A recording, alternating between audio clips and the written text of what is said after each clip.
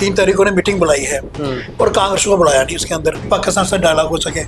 ये क्यों है, ये लोग बार बार बोलते हैं, समझ में गया और ये भी समझ रहे हैं कि लोग अब ये बात नहीं सुन रहे। सुनील शर्मा बिल्कुल ठीक कर रहे हैं, कश्मीर के अंदर उनकी बात का असर हो रहा है। बीजेपी नेशनल कॉन्फ्रेंस को हिट करने वाली तो नहीं है अंदर से? नहीं, तोड़ने की बात तो कहीं नहीं आई है, लेकिन कंफ्यूजन क्रिएट किया जा रहा है। तो हालांकि केंद्र सरकार जम्मू कश्मीर को नया जम्मू कश्मीर बनाने की ओर अग्रसर है और बात ये हो रही है कि अब वो पुराना जम्मू कश्मीर नहीं रहा जहां ये बात होती थी कि कश्मीर के लोग कुछ चाहते हैं और जम्मू के लोग कुछ। अब दोनों जगह विकास हो रहा है।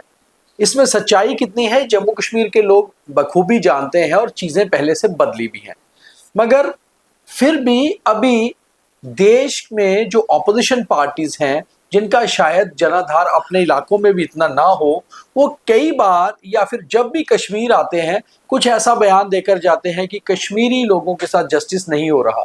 अब वो आखिर दर्शाना क्या चाहते हैं या फिर मंशा केवल जम्मू कश्मीर के हालात खराब करने की है?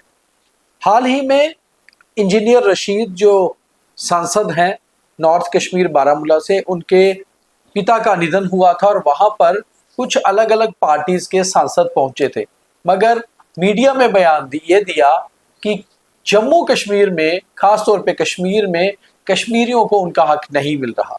आखिर ये कौन सा हक है जिसकी बात हो रही है और क्या आज भी वही पॉलिसी रखेगी ऑपोजिशन? अब तो देश बदल गया, जम्मू कश्मीर बदल गया। मेरे साथ बीजेपी के वरिष्ठ नेता हैं, शुरू से कश्मीर को जानते हैं, चंद्रमोहन शर्मा जी। शर्मा साहब, क्या लगता है आपको, इस तरह का बयान बाहर के सांसद आके देते हैं तो हालात कश्मीर के जो हैं उसके ऑपोजिट बाहर बताना चाहते हैं? कुछ लोगों की आदत होती है गड़े मुर्दे उखाड़ना। आए तो हैं ये अफसोस करने इंजीनियर रशीद के वालिद जो फौत हो गए और ये ताजियत करने आए थे। ये क्या ताजियत है? आपने वो मौका चुना अपनी सियासत फैलाने के लिए, जबकि जिन एरियो से आप आए हैं, मेरा मुराद है बिहार के आरजेडी के एमपी जी, वो आए थे और एक दमन दीव के एमपी थे मिस्टर पटेल। अपने इलाके में इनको कोई नहीं पूछता है, वहाँ इनकी सियासत खत्म है। यहाँ आके एक मौका ढूंढते हैं सियासत करने का। मैं ये सोचता हूँ कि जब आप ताजियत के लिए आए, जब आप अफसोस करने के लिए आए, तो आपको अपने आप को वहीं तक रखना चाहिए था, उसी सरहद में रखना चाहिए था, हद में रखना चाहिए था। आप रोते, गम का अपना इजहार करते तो बात ठीक थी। आपने बयान देना शुरू कर दिए कि कश्मीर के लोगों के साथ डायलॉग होना चाहिए।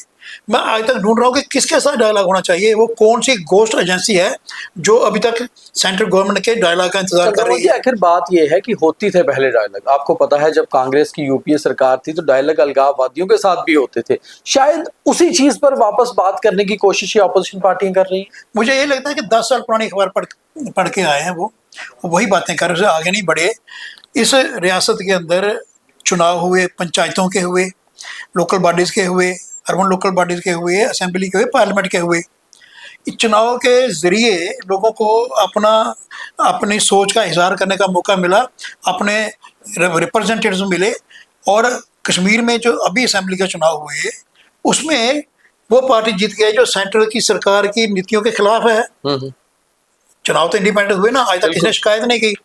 तो उसके अलावा कौन से जज्बात हैं कश्मीर के लोगों के और किन लोगों के जिनका प्रतिनिधित्व नहीं हो पाया है? किसकी बात कर रहे हैं आप? बात कीजिए, किसके खिलाफ बात कीजिए, क्या डायलॉग कीजिए, किसका डायलॉग कीजिए। डायलॉग सेंटर को कश्मीर के साथ करना चाहिए, नहीं तो कश्मीर और दिल्ली की दूरी बढ़ जाएगी। कश्मीर और दिल्ली की दूरी उनके खाम ख्याली है, कोई हो नहीं सकती है जितनी नज़दीकी आज तक हुई है कश्मीर और दिल्ली की।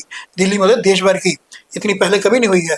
और फिर वो वही अपना कागा राग रिपीट कर रहे हैं कि कश्मीर के लोगों को भी उन अधिकारों पर उनका हक है कि जो बाकी देश के लोग एंजॉय कर रहे हैं, पर पूरे देश के लोग एंजॉय कर रहे हैं। देश के लोगों को सारे अधिकार हैं और यहाँ के लोगों को पूरे अधिकार हैं। लोग पूरे देश में घूम घूम के, आज कश्मीर के लोग अपना कारपेट्स बेच रहे हैं, घूम रहे हैं, सब जगह जा रहे हैं, देश भर के लोग यहाँ आ रहे हैं। इक्का दुक्का इंसिडेंट हो जाते हैं, वो तो पूरे देश में होते हैं। अगर हम करेंगे पहलगाम की बात, तो दिल्ली में भी तो हुआ ना। तो खाली कश्मीर पर मत जोड़िए इस बात को। जब तक पाकिस्तान जिंदा है वो शरारत करता रहेगा, जब तक उसे एग्जिस्टेंस है। नहीं, आप शर्मा साहब केवल आरोप लगा रहे हैं उन पार्टियों के एमपी पर जो कश्मीर आए थे, जो कभी कभार आते हैं, मगर आपके कश्मीर के एमपी भी तो बाहर दिल्ली जाकर बाहर यही बताते हैं कि हालात ठीक नहीं है कश्मीर में, वहां पर कश्मीरी लोगों के साथ जो है गलत हो रहा है। तो कहीं ना कहीं ऑपोजिशन ये बताने की कोशिश करती है कि हालात ठीक नहीं। एक होता है कि कोई आदमी बोला, गलत बोला या ठीक बोला, एक होता है कि उसकी कहने का असर पड़ा। There is no taker of there this view, किसी ने उनकी बात सुनी नहीं, ना कश्मीर के अंदर ना दिल्ली के अंदर। महबूबा मुफ्ती का भी पिछले हफ्ते बयान आया था, वो किसी बड़े आदमी का रेफरेंस देके कह रही कि पाकिस्तान से बात शुरू करनी चाहिए। ये गोल्डन अपॉर्चुनिटी है कि इंडिया प्राइम मिनिस्टर जो है मोदी पाकिस्तान से बात करें। अपॉर्चुनिटी मोदी जी ने लेनी है, हमें क्या पड़ी है अपॉर्चुनिटी लेने की? Why this is opportunity for Modi, why not for Pakistan? एक लफ्ज़ भी महबूबा मुफ्ती ने पाकिस्तान वालों को नहीं बोला कि आप इंडिया के अंदर आके शरारत करना बंद करो। उनके तो उनकी हर गुनाह को माफ़, और इंडिया जाके झुके उनके आगे और इस अपॉर्चुनिटी को ग्रैब करने की कोशिश करे कि पाकिस्तान से डायलॉग हो सके। ये क्यों है ये लोग बार बार बोलते हैं?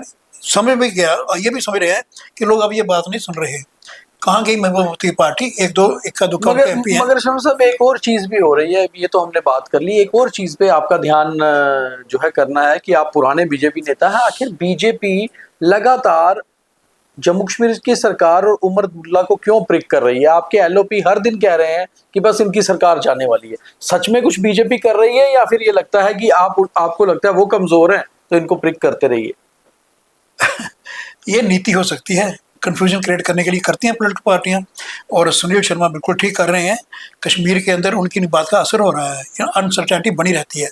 नहीं तो नेशनल कॉन्फ्रेंस ने हमेशा अलगाववादी बात ही करनी थी। आज वो उलझे हुए करने की बच्चों के अपने आप को बचा के कैसे रखे। 3 तारीख को ने मीटिंग बुलाई है और कांग्रेस को बुलाया नहीं उसके अंदर, और अपने जो एलाइज हैं 4 उनको बुलाए हुए हैं। ये मीटिंग बुलाना, ये सब बातें सुनील शर्मा जी के जो उनके डायलॉग हैं उनका असर हो रहा है कि ये डरे हुए हैं, और इसके अंदर भी जो है जो फिशरिंग हो रही है इनके अंदर भी। आप एक पुराने नेता हैं बीजेपी के, वाजपेयी अडवाणी जी के साथ काम किया हुआ है। आज की बीजेपी एक डिफरेंट बीजेपी है।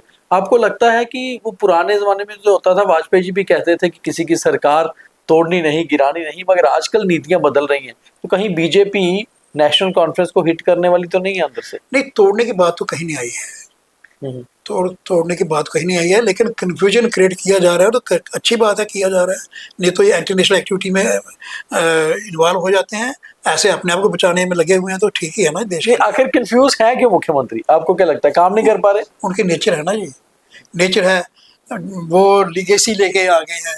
कोई पब्लिक की तरफ से वो काम करके लोगों का नहीं आए, क्योंकि वो फारूक अब्दुल्ला साहब के बेटे हैं इसलिए उनको मिल गई। तो वो अंदर की कैपेसिटी ज़्यादा तो कम है ही है ना जी, डरे तो है ही हैं। और अंदर जो MP हैं वहाँ के कश्मीर के, वो पहले ही उनके खिलाफ पहले उनके खिलाफ है और बोल रहे हैं, तो डर तो उनको है ही है। तो बीजेपी का कहना है कि दरअसल हम नेशनल कॉन्फ्रेंस की सरकार गिराएं या ना गिराएं, मगर हमारे बयानों से नेशनल कॉन्फ्रेंस खूब डरी हुई है।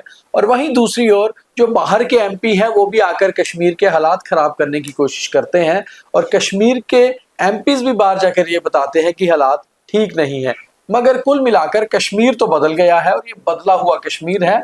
आने वाले समय में बदलाव और भी दिखेंगे। एक बात मैं कहना चाहता था कि जब भी MP या इस तरह के सीनियर लीडर कश्मीर के अंदर आते हैं, हमारी गवर्नमेंट को सिक्योरिटी देती है, साथ ही इंस्ट्रक्शन देनी चाहिए कि नेशनल इंटीग्रेशन के लिए और ये जो विकास का प्रोसेस के खिलाफ कुछ मत बोलिए, देश के हित में रहिए, जो भी बोलना ये इंस्ट्रक्शन को देनी चाहिए। माने नहीं माने अलग बात है, लेकिन सरकार का फर्ज बनता है कि इतना काम हो रहा है, डेवलपमेंट हो रही है, सड़कें बन रही हैं, रेल जा रही है, सब कुछ हो रहा है, कश्मीर के लोग खुश भी हैं, व्यापार के नए मौके मिल रहे हैं, फिर आके उस पर एक टांग मारनी चलते घोड़े को, इसके लिए उनको इंस्ट्रक्शन देनी चाहिए कि ऐसी बात नहीं करनी। तो कम से कम ये इंस्ट्रक्शन इन MPs को कौन देगा, इसके ऊपर भी सोचना पड़ेगा, क्योंकि सरकार तो यहाँ पर जम्मू कश्मीर में नेशनल कॉन्फ्रेंस की है, जिनकी खुद की इंस्ट्रक्शंस नहीं चल पा रही। बहुत धन्यवाद।